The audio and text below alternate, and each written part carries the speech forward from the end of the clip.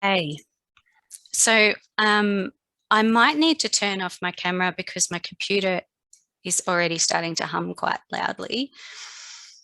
But yes, I'll make a start. So this next slide that I'm going to show is one that was created by J. Phillips within our school. If I can get my mouse across to the slide.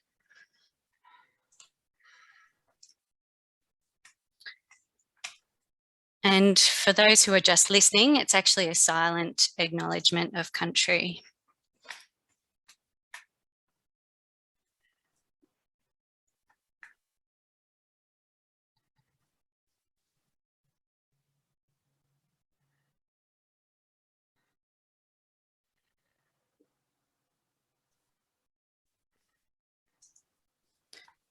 So this presentation has been created to share some insight into my research and teaching as a lecturer within the School of Indigenous Australian Studies, and to share these approaches with you for Social Science Week.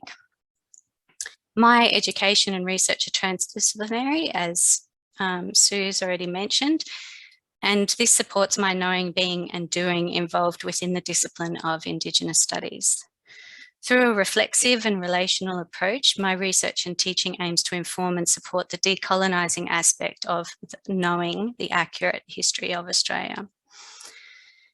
Indigenous studies is defined as an interdisciplinary area of study that addresses colonial histories, Indigenous affairs, Indigenous knowledges, Indigenous data sovereignty, Indigenous intellectual and cultural property rights, Indigenous and Indigenist research and methodologies, Indigenous sovereignty, Indigenous self-determination and Indigenous self-representation. It is my chosen methodology that supports the being and doing required to support this. Indigenous studies involves a critical approach to developing cultural competency and cultural responsiveness, and therefore requires developing skills in critical thinking, self-reflection and reflexive practice. Indigenous studies is not so much focused on learning about Indigenous peoples, knowledges and cultures as objects and subjects of study. Rather, it is about recognising systemic and structural issues and co-creating transformative practices that address these issues. And I just want to make just a quick note about terminology that I will be using today. Out of respect for the diverse peoples that I do work with, I use terms First Nations peoples, Indigenous and Aboriginal in a manner that may seem interchangeable. However, this diverse terminology is adopted out of respect for diverse aspirations and cultural and knowledge differences. This presentation is about knowledge ecologies from my situatedness, or rather my being in the world. It is about my interconnection and interdependence, my intersubjectivities with all around me, including water, lands, non-humans, humans, and the stories we tell and the stories we listen to. This work is supported by Wiradjuri philosophy of Indiamara as taught to me by Professor Sue Green. Very briefly, part of my interpretation of Indiamara is about adopting a mindful practice of listening to understand rather than react, and then responding appropriately.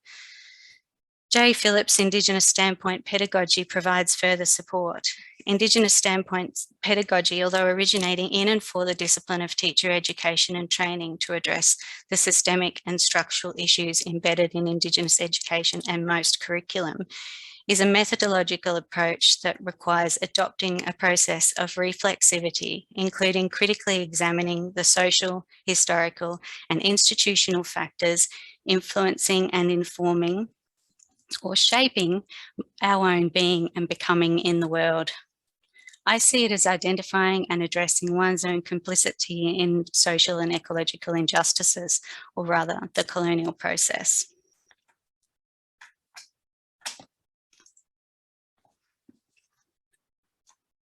Indigenous Standpoint Pedagogy requires knowing one's own positioning and situated knowledges. The explicit and implicit messages we are receiving and learning from various social, institutional, and historical factors is our situated knowledge.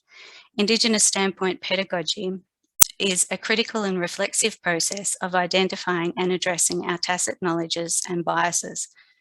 McCoyne and Carlson argue that critical thinking is a crucial element in the acquisition of cultural competence, and Jay Phillips has demonstrated in her research and many years of teaching and curriculum design that an Indigenous standpoint pedagogical approach is transformative.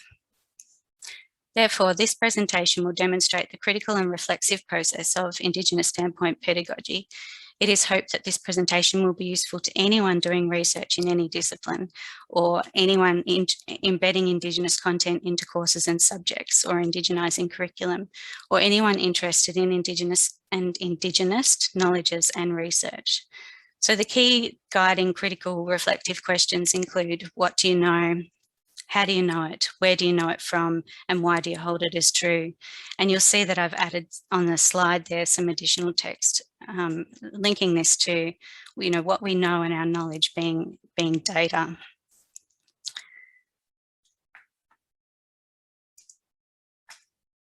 So, sorry, I'm just trying to get the slide across. So all our knowing and being in this world has been shaped by many generations over hundreds of years, even if we don't know our ancestry or history. Some of what I know from my mother's side of the family includes colonised Cornish and Scottish ancestors on the maternal side of the family, with oral history accounts of Indigenous and or Islander heritage in Tasmania. However, many of these important and relevant archival records were burned, and some significant coloniser Anglo-Irish ancestors on my mother's paternal side of the family. On this same side of the family, there are documented and oral histories of connections to Cummeragunja and Maloga missions located in the Riverina of New South Wales borders, and also in the Baloo and Paru shires on the Queensland and New South Wales border from the 1860s onwards. What this means, without going into too much detail in this presentation, is that my own personal history is deeply embedded in Australia's national shared histories for over 7 generations at least. However, significant aspects of these histories have been silenced and even erased, and part of my research includes recognising and addressing the silencing processes to support the transformation of dominant narratives for Indigenous data sovereignty. So transforming dominant narratives is relational and involves processes of co-creation. Some of the silenced and erased histories are embodied and sometimes require an alternative expression to the written word. I view the relational and co-creation processes as a form of truth-telling and a form of healing for the colonised and the colonising. Colonisation impacts all of us, but we each have different relationships with and roles in the colonial and decolonial processes. Learning how colonisation has impacted my own ways of being in the world is part of Indigenous standpoint pedagogy process. For example, my art practice gives voice to learning about these family histories and questioning my own sense of belonging and what I've known for a long time is stolen land.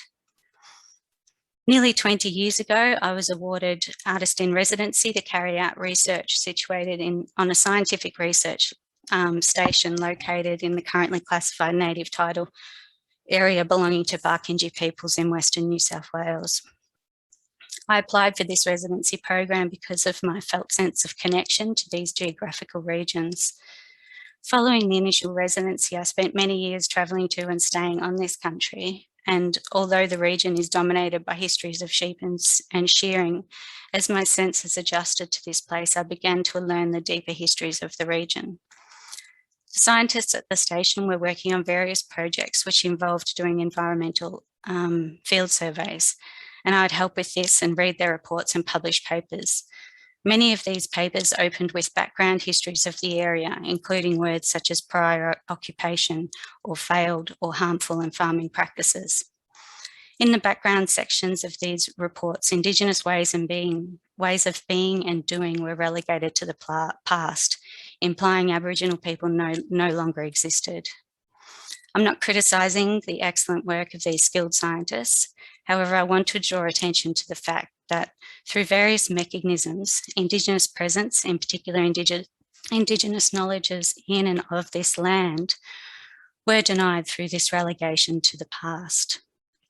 It is my aim to understand these mechanisms and how they shaped the stories that we were told and the connections to the core values of the people in this space and how they shape our word today and the implications of this. The scientists I was working with were mostly very supportive of my research and art practice because they too could see evidence of occupation and management or stewardship throughout this landscape. And for some, their core values were aligned with conservation and restoration. I'll just have a drink of water. Scientist and historian Carolyn Merchant explains, the ecology movement has reawakened interest in the values and concepts associated historically with the pre-modern organic world, and the ecological model makes possible fresh and critical interpretations of the rise of modern science in the crucial period when our cosmos ceased to be viewed as an organism and became instead a machine. As a discipline, ecology is about understanding the relationships between living organisms and their physical surroundings.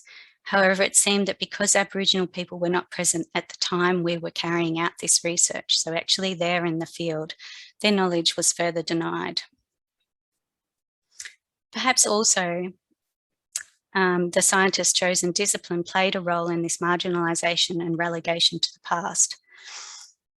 As Vandana Shiva wrote in 2000, under the colonial influence, the biological and intellectual heritage of non-Western societies was devalued, transforming the plurality of knowledge systems into a hierarchy of knowledge systems, leading to an invalidation of non-Western knowledge systems where Indigenous knowledge systems were defined as unscientific.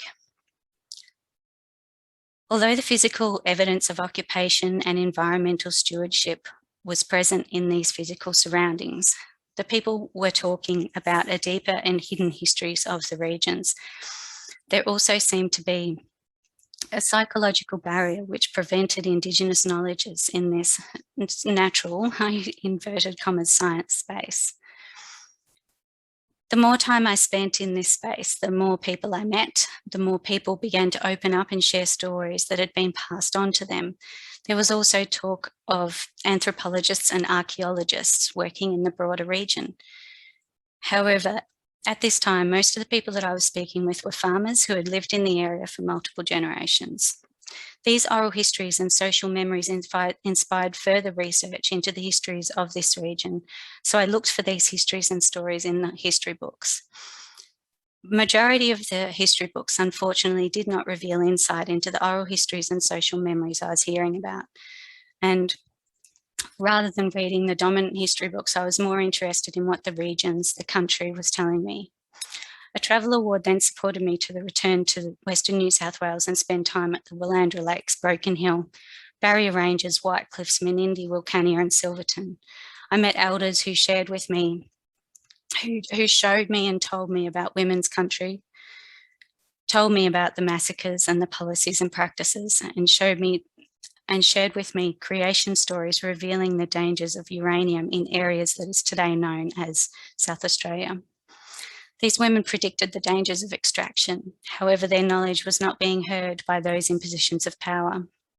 Current state borders cutting through these people's countries created additional barriers to being heard and their knowledges being recognised. They told me people were first forced off their lands and still today are denied entry to many significant places. The stories I was hearing inspired me to learn more about why these stories were denied and why some knowledges are not included in the dominant disciplines. In particular, at the time, community consultation was supposed to be occurring in the Murray-Darling Basin around water management plans, but local peoples were again expressing that they were not being heard. This led me to study social science at RMIT, where I was privileged to learn from scholars whose key theories and methods inform environmental studies, human geography, environmental history and anthropology. And this led to my work in the field of Indigenous land use and traditional ecological knowledge. It was here I learned that ecological and environmental justice is not possible without social justice. Through this experience, I met with GunditjMirring elders on their country and became involved in an Indigenous-led research project to create a traditional ecological knowledge resource. This included extensive archival research. There was a team of us involved in this, focusing on the geographical regions associated with GunditjMirring peoples, cultures and knowledges. Still today, this research contributes to the co-management of the cultural landscape of Budj and led to the World Heritage listing of this incredibly significant site. This was a relatively short project, which is not available to the public or in published papers. The knowledge collated was handed over to GunditjMirring for Indigenous peoples of the region to self-determine their social, environmental and economic benefits. It has created employment opportunities with environmental and cultural and social benefits. It is my responsibility and commitment to GunditjMirring to forward any new information or data I learn about their peoples and their knowledge systems while I'm doing any other archival or associated research and activities. This project feels right and good, not only because it contributes to sustainable land and water use in the Glenelg Hopkins catchment, but importantly, it aligns with Indigenous data sovereignty principles and intellectual and cultural property rights, which is social and ecological justice in action. So, Indigenous data sovereignty is defined by key Indigenous scholars, leaders, practitioners, and community members. Data is typically understood to be things, known or facts, such as quantities, characters, and symbols. Data can be stored and data can be used to guide actions or praxis. Perhaps more well known, data sovereignty is a term arising from the growth of information associated with the spread of internet and phone technology and means managing information consistent with the laws, practices and customs of the nation state in which it's located. So that was from SNP in 2016. However, this definition does not usually account for Indigenous data. These are the foundational statements from Mayam Nairi Wingara, and they state, in Australia, Indigenous data refers to information or knowledge in any format or medium which is about or may affect Indigenous peoples both collectively and individually. Indigenous data sovereignty refers to the right of Indigenous people to exercise ownership over Indigenous data. Ownership of data can be expressed through the creation, collection, access, analysis, interpretation, management, dissemination and reuse of Indigenous data. And Indigenous data governance refers to the right of Indigenous peoples to autonomously decide what, how and why Indigenous data are collected, accessed and used. It ensures that data on or about Indigenous people reflects Indigenous priorities, values, cultures, worldviews and diversity. I want to now discuss each of these points in relation to my own research and points of focus I've already mentioned, and some of the projects and work I've been involved in. The first point is Indigenous data refers to information and knowledge in the format or medium which is about or may affect Indigenous people both collectively and individually. My teaching and research shares information or knowledge that affects Indigenous peoples, not only because of my discipline focus is Indigenous studies, but because I'm situated on Aboriginal land. As I've already outlined, I have a long history of connection to this land, and with my own family being an entanglement of what the Australian Research Council once considered to be Aboriginal and Australian history.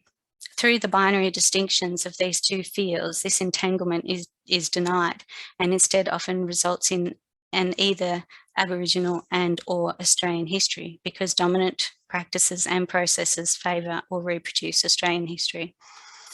The dominant artefacts and materials, the knowledge, the symbols or data of various formats and mediums informing and reinforcing these binary distinctions between Aboriginal and Australian history are surrounding me, most evident in media representations, artworks, public spaces and places, and curriculum. The implications of this are clear when considering the way in which evidence of Aboriginal occupation and stewardship is relegated to the past, to the historical past through essentialising and historicising processes, like the example I mentioned earlier related to the distinction between environmental field research and archaeology or anthropology in Western New South Wales.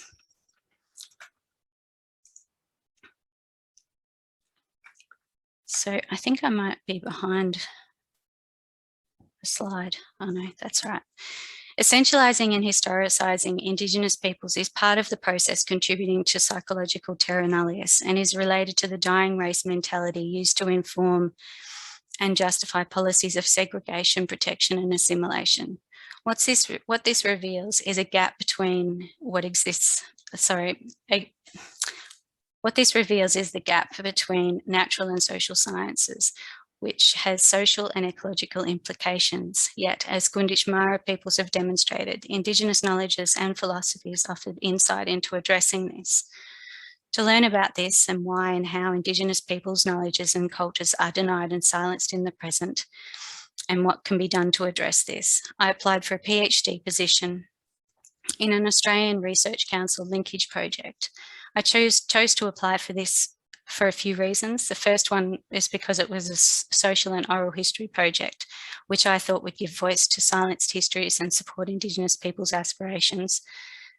The second was it was situated in the geographical regions I've already mentioned, which are broadly understood to be the Murray-Darling Basin and Lake Eyre Basins. And three, it was also focused on a scientific expedition with a large repository of visual representations of exploration history. So the crossover between art and science was appealing and allowed me to draw upon prior education.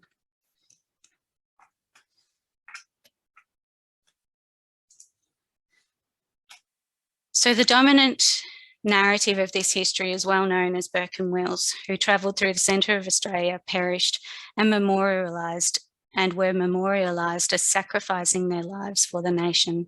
The men have been memorialised through statues, songs, history books, school curriculum, movies and artwork.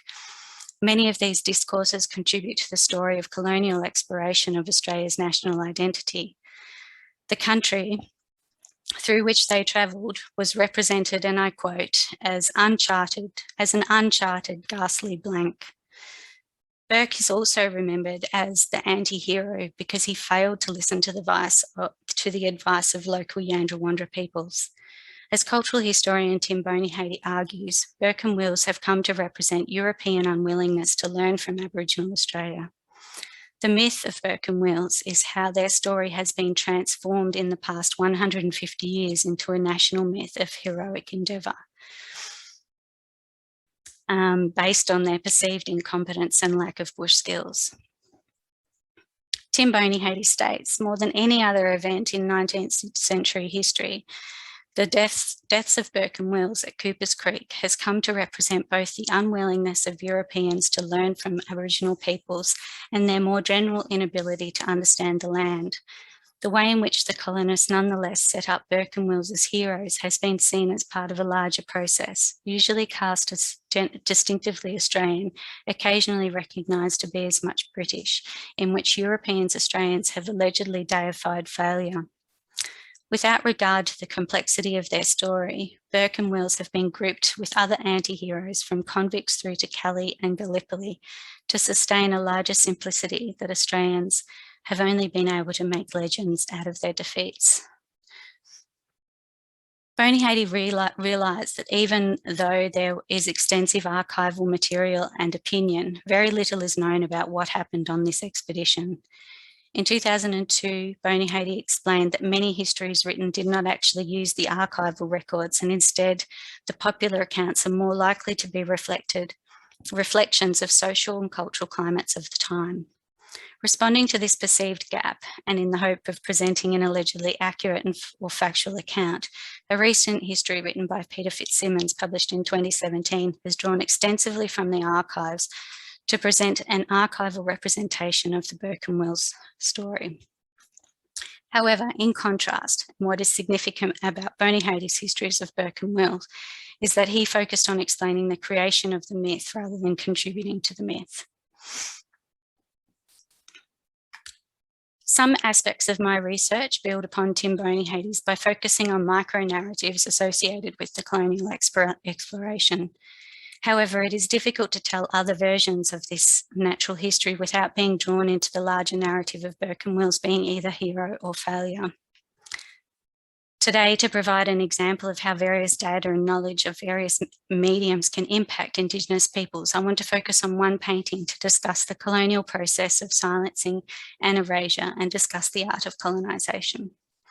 William Strutt held hopes of being remembered as a colonial historical painter through the memorialisation of the Victorian exploring expedition, which is known as Burke and Wills. Up until recent refurbishments of the State Library of Victoria, this painting, completed in 1911, was hung in one of the main galleries in a position visible to most visitors to the library. The painting represents Burke's burial near Cooper Creek in South Australia, and Strutt had dedicated many years of his life to researching and planning for this monumental work. On the surface, this painting reflects the dominant narrative of Burke and Wills, reproducing the popular understanding that Burke died not only for our nation, but also Great Britain alone and in an unforgiving landscape. However, my research into the planning and production of this painting, oral histories and social memories, and some documented histories has revealed insight which transforms this dominant story of Burke and Wills.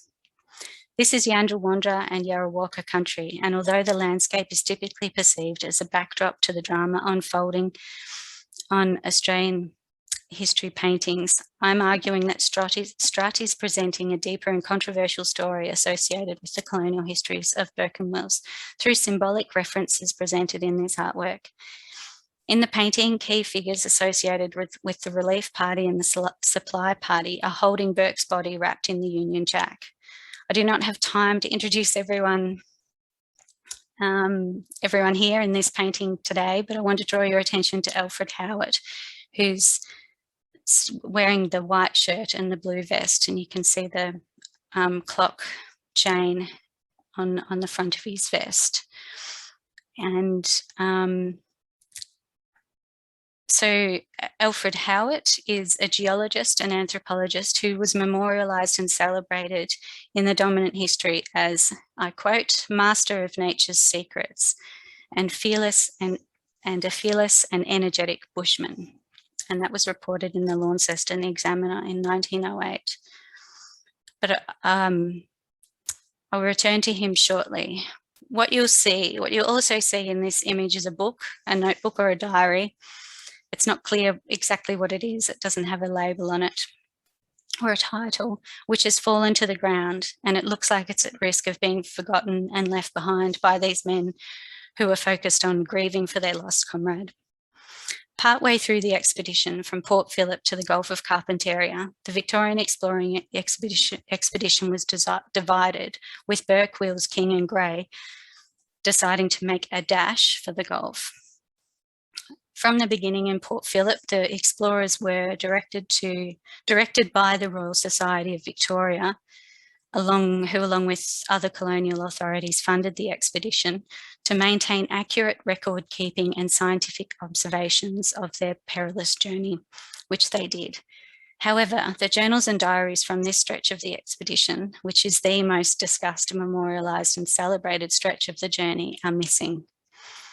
Archivist Gerard Hayes from the Australian Manuscripts Collection at the State Library of Victoria states the archival records associated with the VEE, the Victorian Exploring Expedition, are incomplete, and to some extent they are unreliable.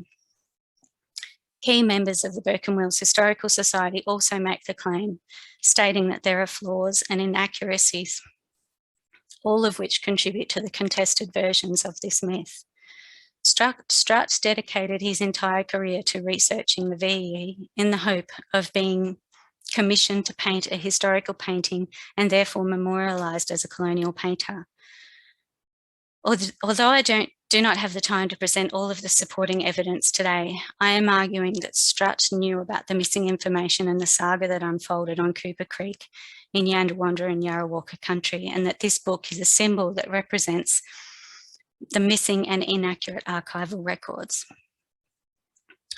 With this understanding that the archival records are flawed and incomplete, and that a true account cannot be determined from the archival record alone, I'd like to present some further insight into my own research. The dominant myths of Burke and Wills are clearly represented in public monuments, including this painting. However, to someone With understanding of the events that transpired on the Cooper, this artwork symbolises the social and oral histories that have been silenced throughout history. In 2014, I met with Yandrawandra and Yarrawalka women who live in Broken Hill. One woman shared with me an oral history passed down by her uncles who lived and worked in Yandrawandra and Yarrawalka country many years ago. These men, who never learned how to read or write English, told her that Burke was shot by a white fella. The incident was witnessed by Yandrawandra and Yarrawalka people from a hill near where Burke's body was located. You can see the hill in the background of this painting. The hill is today known as Inaminka Hill, and from this position you can see Cooper's Creek, including where Burke, Wills and King were deliriously wandering aimlessly up and down the creek in their final days. Yandrawandra man Aaron Patterson explained to me that his people tried to look after Burke, Wills and King and buried Burke's body after he died. However, according to dominant narratives, Alfred Howitt initially claimed that the locals of this area were hostile. What is significant is that during the time Tim Boney-Haidee identified as the myth-making process, insight surfaced in the media and the Bush Telegraph about, I quote, friendly Yandrawandra people. So the colonial authorities, having already taken possession of their land, declared that the Yandrawandra should be gifted a pocket of their own land. This action was part of the protection era policy, and to stay on this land, the Yandrawandra and Yarrawalka were to be governed by the Moravian missionaries who claimed to support people through the so-called civilising process. In 2007, historian Darryl Lewis published an account he located while researching the archives for information about missing explorer Leichhardt. He included information from King's narrative published in the Argus in 1861, King's testimony from 1861, Howitt's journal from 1861, and a town and country journal published in 1875. The 1875 article provides an account from an Aboriginal woman in Inaminka who was an eyewitness to Burke's death. The woman witnessed King go up behind Burke as he was stooping at the fire to cook a duck and shot him in the side. In 2013, Darryl Lewis published another chapter about the accuracy and subsequent erasure of this history from the social and cultural memory. However, these versions of Burke's death are still not included in the dominant history of Burke and Wills. The colonial process is evident in the examples I've drawn upon and shared here today. Lee Boucher and Anne Kurthways explain the story of Burke and Wills has been socially and culturally constructed to reflect the needs and values of the time, a time when oral history accounts and Indigenous perspectives and inclusion disrupted Australia's national identity and the colonial foundations underpinning dominant worldviews. In each of these representations, the overt message or narrative is that of white male heroes who sacrificed their lives like soldiers in a battle with a harsh and unforgiving landscape.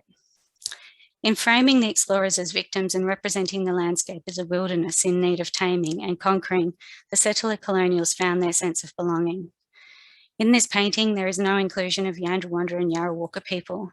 However, in his research and planning, Sturt was including and considering these peoples in their involvement in what occurred on the Cooper Creek. As it turns out, Strut's painting was not commissioned. Instead, the colonial authorities chose to give payment to a painting of Captain Cook's arrival. Returning to Alfred Howitt as the leader of the relief expedition, who is remembered and celebrated as an expert bushman for locating Burke lost in the wilderness, inverted commas, in a landscape which has been culturally and socially constructed through colonial narratives as barren and hostile. What is rarely acknowledged is that Howitt triumphed by appropriating Indigenous knowledges. As Lee Boucher explains, Howitt built his career with Indigenous knowledges, yet in 1862, up until his death at around the time of Federation, this was denied because the wider cultural forces made acknowledgement of Aboriginal historical importance an impossibility. This leads me to the second principle of Indigenous data sovereignty, which refers to the right of Indigenous people to exercise ownership over Indigenous data. Ownership of data can be expressed through the creation, collection, access, analysis, interpretation, management, dissemination, and reuse of Indigenous data. Although these colonial histories, specifically the painting by Strutt and the sculpture by Burke and Wills, and the memorialisation of Howitt as superior Bushmen, are not typically considered to be overt data about Indigenous people, the way in which they are interpreted and the knowledge they reproduce do directly impact Indigenous people's lives. However, inclusion of the oral history accounts I've highlighted here today provide examples of Indigenous collection, analysis, interpretation, and dissemination of the historical event.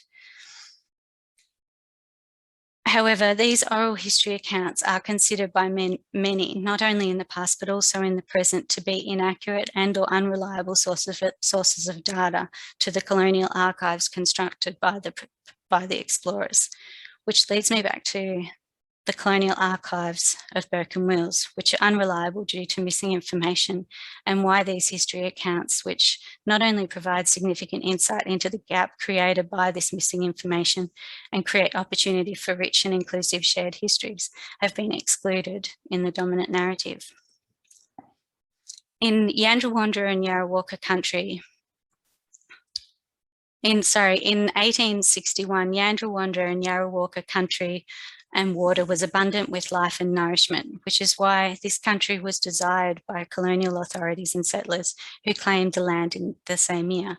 Much of this country is now experiencing the impacts of overgrazing and lack of environmental flows in the rivers and creeks, which leads to growing interest in conservation and Indigenous ecological knowledges to restore environmental health and water. Restore environmental health of water and lands.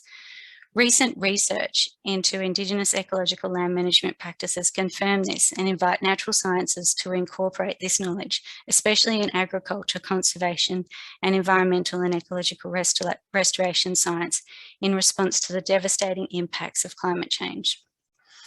However, just as the historians following the Stanner lectures about the greatest Australian silence in Australian history, just as the historians warned that ignoring Indigenous people's agency and incorporating this knowledge, is not simply just a matter of adding another room to the house. J. Phillips' research in Indigenous education has revealed this too. It's not about simply adding Indigenous content to the curriculum. It's about addressing the epistemological and ontological foundations that reproduce colonial ideologies, values, and worldviews that serve to marginalise and invalidate Indigenous knowledges and sovereignties. Indigenous standpoint pedagogy not only addresses the barriers to social science in natural and conservation sciences, but it also supports Indigenous data governance, which begins to address the negative social, economic, and environmental impacts of colonial practices and policies. Indigenous data governance refers to the right of Indigenous people to autonomously decide what, how, and why Indigenous data are collected, accessed, and used. As I hope I've made clear in the examples presented here today, all research and knowledge production situated on Indigenous land impacts Indigenous peoples. Indigenous data governance ensures that data on and about Indigenous peoples reflects priorities, values, cultures, worldviews, and diversity. Denying the oral history account from the Yandrawandra woman who witnessed Burke's death is an example of how the Burke and Wills myth has been constructed to support the values and needs of the time, and how Indigenous autonomy and authority has been denied. Further, the colonial authorities co-constructed Alfred Howitt's identity with notions of Australian masculinity and values that aligned with the colonial agenda of possession and domination over nature. Interestingly, this identity then cemented the epistemological and ontological foundations of university disciplines within Australia, specifically anthropology. Alfred Howitt, along with other anthropologists, were responsible for some of the major policies impacting First Nations peoples in Australia, and their work informed the creation of the discipline within Australian universities.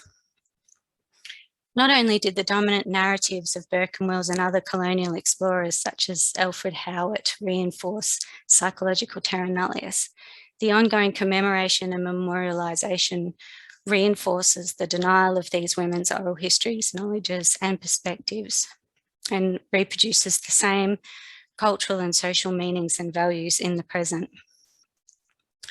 While I completely recognise and understand women's role in the colonisation of Australia, in particular the problematic nature in which white women have privilege from the colonisation of Australia, it is important and relevant to note that what is considered to be women's knowledge, agency and determination throughout Australian history has been denied in the national myth-making process and therefore in shaping the core national values.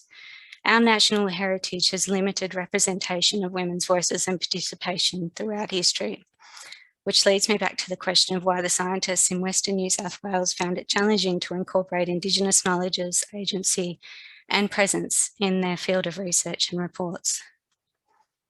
The scientists, and perhaps I did too at the time, believed that my research was art and heritage and therefore too far removed from real science and knowledge production. Heritage is another discipline informed by these anthropological learnings of the colonial era. Heritage is understood as any processes and outcomes of interacting with objects, places, and practices of the past and assigning cultural and social meanings to them in the present. That's a definition by Bernacchi et al. As I've shown through my discussion in this painting of Sturt and the art of colonisation he was attempting to reveal through his symbolic references, Indigenous knowledges, agency and determination has been erased and silenced. The denial incorrectly situates Indigenous people as existing prior to colonisation, which means without critical reflection and transformation, these national myths and how they influence epistemological and ontological foundations of many disciplines will continue to historicise and essentialise people. Bernacchi adopts a term heritage-centred tribalism to explain the processes and outcomes of attributing meanings to the past that work to create boundaries between self and others with the aim of excluding certain outgroups. As I've alluded to, many of the dominant discourses of various disciplines unconsciously adopt different strategies of exclusion and marginalisation. So these exclusions and marginalisations, reminiscent of segregation and protection policies, have major implications, especially in how we respond to each other in the present. But most significantly, it creates barriers to ecological and social justice. Public willingness and ability to respond to ecological disaster, for example, or social injustices, is shaped by individual norms, values, understandings, emotions, and attitudes towards people and the land, as long as humans are perceived as separated from and superior to nature, a view perpetuated by the dominant myths of colonial exploration and disciplines founded on ideologies of separation. Social and ecological justice will not be possible because of the gap between the natural and social sciences is too broad. Improved understanding of the social dimensions of environmental issues will support resilience in the face of climate change. However, as Bennett et al. Has identified, there are key barriers to social sciences inclusion in natural sciences, in particular in conservation biology. These are ideological, institutional capacity and knowledge. The methodology I'm demonstrating today is a process which begins to create space at the centre and bridge the divide between the natural and social sciences by addressing this epistemological and ontological foundations through increasing understanding of our shared histories in a culturally safe manner. So although the dominant Western history systems informing the disciplines I've discussed today create a gap between the natural and social sciences, this gap is a suitable space for Indigenous and Indigenist knowledges or Indigenous studies to offer transformative insight and approaches. Many Indigenous scholars have offered excellent theories, approaches and practices such as Nakata's cultural interface and Younger Porter's 8 ways. However, Indigenous standpoint pedagogy is a process or methodology that creates a space for a knowledge ecology that prioritises Indigenous data sovereignty by systematically addressing each of these barriers. I hope that I've shown that Indigenous studies offers a way of incorporating social sciences in the natural sciences, creating this space through decolonising ecologies such as Yindyamarra and Indigenous standpoint pedagogy begins with the self. And that is a process each of us can adopt and apply in various disciplines and professions to build social and ecological resilience to respond to climate change. Thank you, Peter, for your very interesting and informative talk this afternoon. I'd like to open the floor to any questions or comments people would like to make.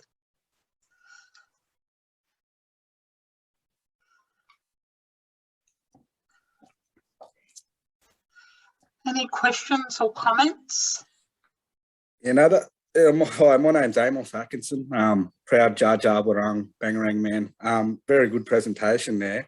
It's good how you laid it all out, but I think most Aboriginal people know what you're talking about, and it's more to the the academic world. But so how my family is well established in the education system, and I just want to know how we can start to, how you had that map at the start of all the languages, how can we start to embed that in the primary schools? Because I think that for me personally, I do a lot of cultural education, and I just think that the older people, they're stuck in their ways, and it's more about getting to the youth and getting to the young people to not feel so threatened by the academia world, and let them step into it and say, I was just wondering how can we do like a platform where mobs can, put this to the schools, and whatever school, like whatever area you're in, whatever language group that you're in, that you should be learning that language and learning about their culture and learning about their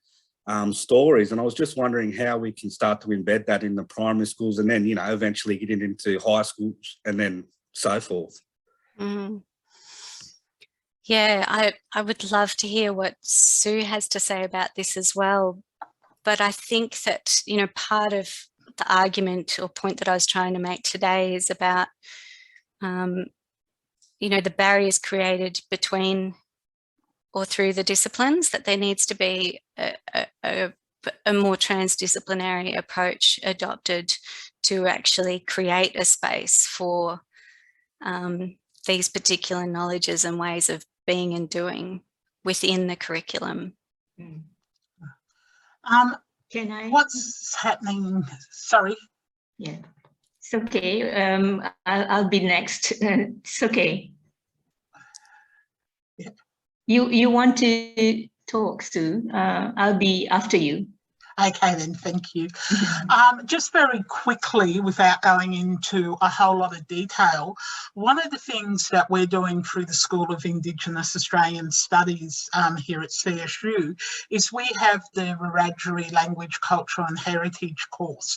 The majority of our students are Wiradjuri people, and many of them are going back into the schooling system and teaching.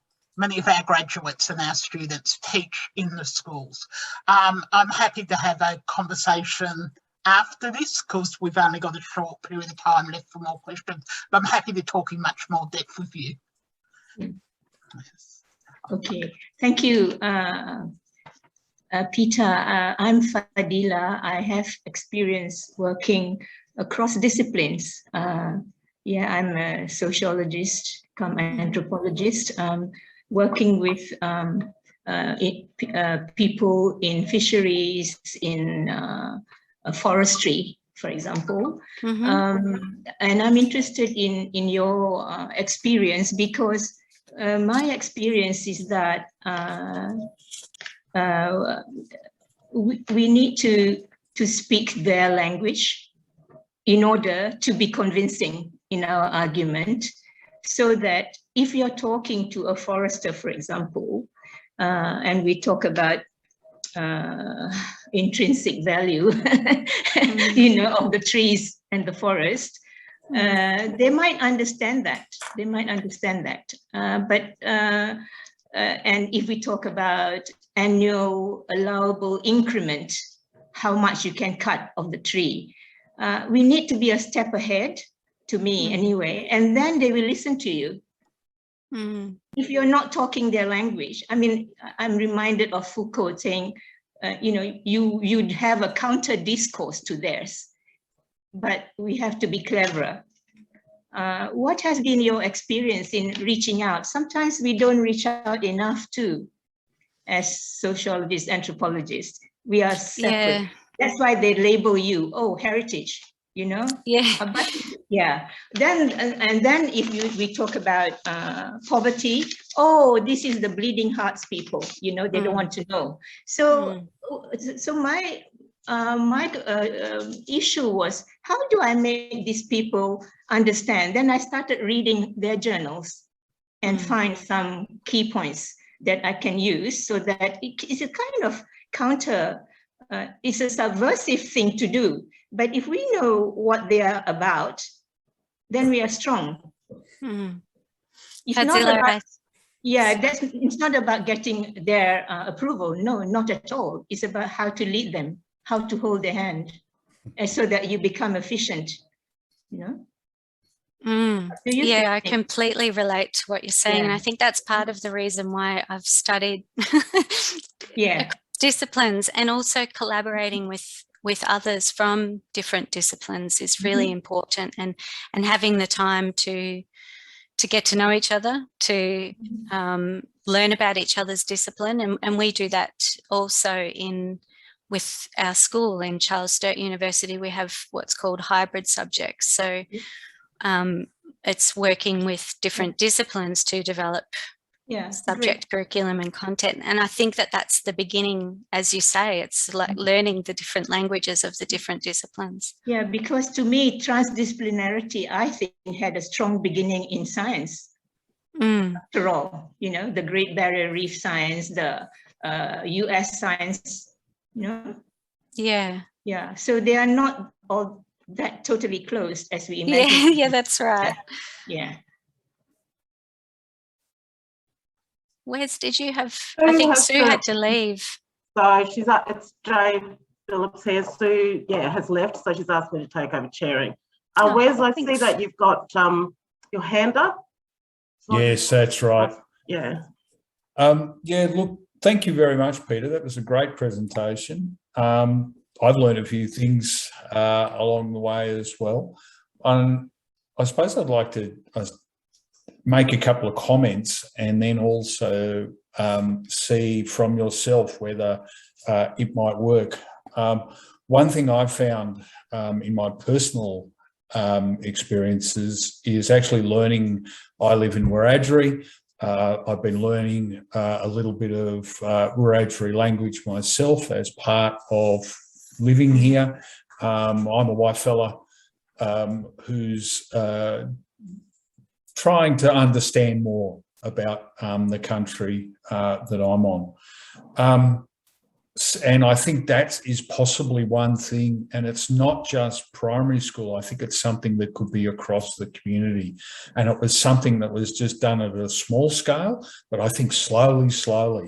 And I suppose that's my next comment, is this is going to take time. It's not going to be overnight. We're trying to undo probably, a couple of 100 years of colonisation here.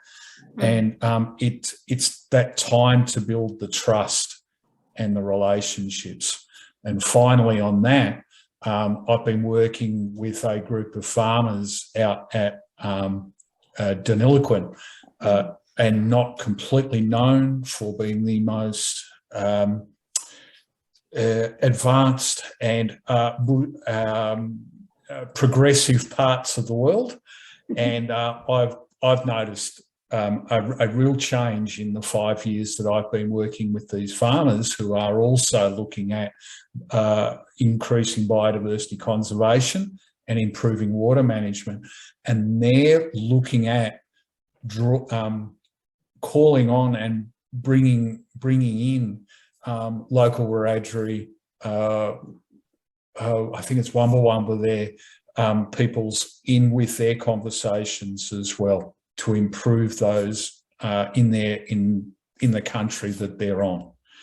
And I think that is a real change, even just given those 5 years has been a real change that I've noticed. And again, it's been social research has been lending a bit of a hand there as well. So I'll support you as well there, Peter.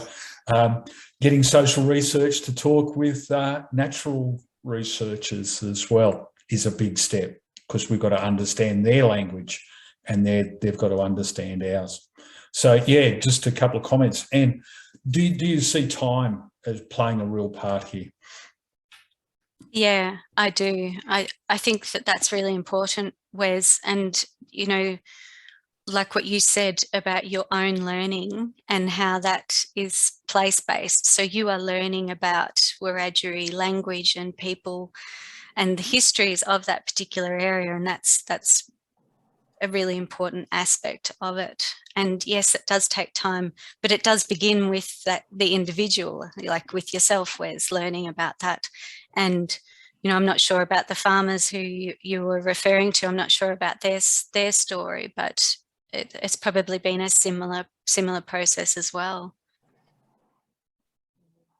Yeah, I would agree. It's very much an individual thing. And maybe that's the thing. It's just step by step. Thanks, Wes. So one of the things you mentioned was greater capacity for farmers to acknowledge and recognise their limitations. In some ways, it's come about because there is a direct, they're seeing direct consequence of something separate to themselves. For example, climate change, and accessing alternative knowledges, which is Indigenous knowledges, in order to resolve that for themselves and their livelihoods, plus also for the planet. I think the issue around data sovereignty, Indigenous data sovereignty, becomes even more critical the more those relationships are built, so that we don't reproduce the commodification of Indigenous knowledges for non-Indigenous benefit. So that's, you know, I think that's a very well explained part of Peter's presentation today. Sorry, I don't know your name, the Federation of Traditional Owners. It's Carrie Ann. Sorry, I couldn't change my name when I'd already logged in on my work computer. So I apologise. So yeah, I work at the Federation, but I'm a Burpie woman living down on Wiradjuri Country. Stupid phone. And I'm doing the final subject of my Master of Communication at RMIT, and I'm doing creative base. So I'm creating message sticks as how they portray the political view of Aboriginal people about treaty, and drawing on my own genealogy and knowledge, as well as reading all those people that you've just mentioned, Peter, in that presentation. So it kind of brings everything to light of what I've been reading, and I've just immersed myself. I'm the first person in my family who's ever gone to university. I'm looking at doing a PhD next year. Like, that's just blown me away. So I just feel that the biggest constraint I've felt through my time at university this year and last year has been the language of academia that is very divisive, and it's a systemic barrier that you know, it's there, and it's done deliberately to show people that they're smarter than anybody else by using these really big words and to preclude us from going and doing our subjects and studying. So I don't use really big words when I talk to mob. I just use normal words. And so I'm writing my exegesis and my lit review and pulling out all those stupidly big words that you need a wheelbarrow to carry around, and putting them in words that people can understand. And it's not just mob. I think it's anybody who comes from a diverse background where English is not always your second language, or you're from an oppressed people, that language of that academia for some reason adopted out of, you know, snobbery. It's a barrier, and I think we need to keep calling that out.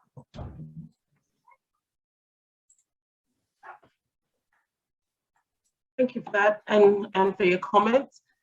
On the other hand, I think, you know, that language and being able to express your points of view through a whole range of language is also important, because there are different peoples that we have to communicate to and have them understood or accept or respect. So part of what we've been talking, well, not we've, but Peter has presented today, is looking at the impact of, you know, academia, and which has, you know, evolved through white Western male, you know, being and epistemologies. So I would encourage it not to be seen so black and white when we're talking about such complex issues, because there are different audiences that we have to speak to. And as an Aboriginal person who's done my PhD, also, you know, I've found that it is very useful in terms of reading and interpreting the corpus as well. You know, we're students, we're also learners, and we need to do that translation to particular mobs when they come through. If you don't understand the language that expresses the nature of the institutions that are oppressing us, then, you know, it's very difficult to actually have that ongoing discussion. But I think, you know, in the long term, it may, you know, that's where we evolve to. And I thank your bookings there for their contribution, speaking in another language. Your dog. Okay, so are there any other questions? I'm sorry that the talking part of my presentation went for so long. It would be great to keep talking with you all longer, but I've put in a form just to try and get some feedback. It's part of my reflexive approach. I like to get feedback, but there's also spaces in there if you wanted to leave your email and you know, continue the discussion. Perhaps we can arrange another opportunity to meet and discuss, which I would really love to do that. It's been really good today, and thank you, Jay, for stepping in. No worries, Peter. I really enjoyed listening to you. And Banjari, is that how you pronounce your name? Yeah, that's my traditional name, Banjara. Banjara, sorry, I can't read now. I was interested in what you said. So I know you're going to follow up with Sue with the Great Sturt Wiradjuri language, but we're also doing a scoping project just to build relationships with local communities about needs around teaching and learning. And both of those things can be different, local Aboriginal language in order to connect to place and for a particular purpose. It's scoping, so we're really interested in views of people. So if you want to, if you're interested in having a conversation with us about that, I can put you towards the person doing that. Yeah, thank you for that, Jay. Yeah. But yeah, just one other thing I did want to say about around the, you know, the wording and the way we talk to people. So with Aboriginal people, we're talking to multiple, so we're talking to kids, we're talking to cousins, we're talking to a wide range of people. And that's why when we talk and we conversate, that it hits all levels. So I can talk to my 2-year-old, but my elders can understand it as well. There's no use changing the language because just to make you feel superior because you know these big words that you have to wheel in a wheelbarrow in. It doesn't, you know, in Aboriginal culture, that doesn't mean superiority. And it takes a community to, you know, to make up a large gathering of a community. It's not just one person, you know, that one person might be really good with water, one might be good with fire, one might be good with artifact making. So then they become, you know, the speciality of that, you know, one might be good with language, one might be good with storytelling. And so you have all these, you know, people within your community that are the best, or, you know, that you go to seek advice from. And I think that that's sort of the difference between the Western ways of teaching, you know, superiority, white, you know, middle-aged men, you know, ruling the world. We're not like that. We, you know, we encourage everybody to come along and everybody to learn and everybody to, you know, hear what we've got to say. And we're really open to having, you know, our questions, you know,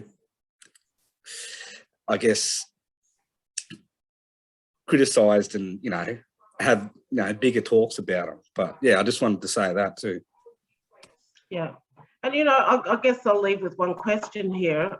Can you recognise, well, if you recognise that Western academia disempowers through language and systemic, you know, organisation and the corpus, which is historically like reproduced, that's the book, you know, people rely on quotes by other people in order to develop new knowledge. So if you acknowledge all that, you can't just sort of ignore it and say, well, let's put everything in simple terms, because speaking back to that dominance, that colonisation requires an understanding of what people in Western academia are actually saying in order to speak back to it. So there is a translationary thing. Not everyone has to do it, you know.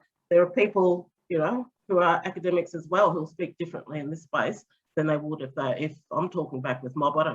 I don't speak and use the words that I use in a forum like this. So it is complicated, you know, and it is all baseline is understanding, listening to understand, and being able to empower people in the process of change. So thank you again, Peter. Thank you everyone for coming along. I think the next session has started, so if people are wanting to get over to the intersectionality one, and you'll have time. And don't forget, Holly Randall Moon will be presenting. She's also in the school. They are also in the School of Indigenous Australian Studies, presenting on Saturday on race, whiteness, and the British royal family. So head along to that if you're interested. Thanks, everyone. Thanks, everyone.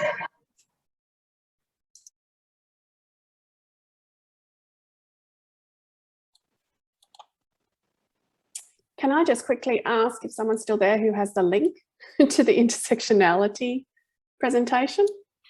Yes, Suzanne, I'll send it through. Thanks. Thank you, Peter.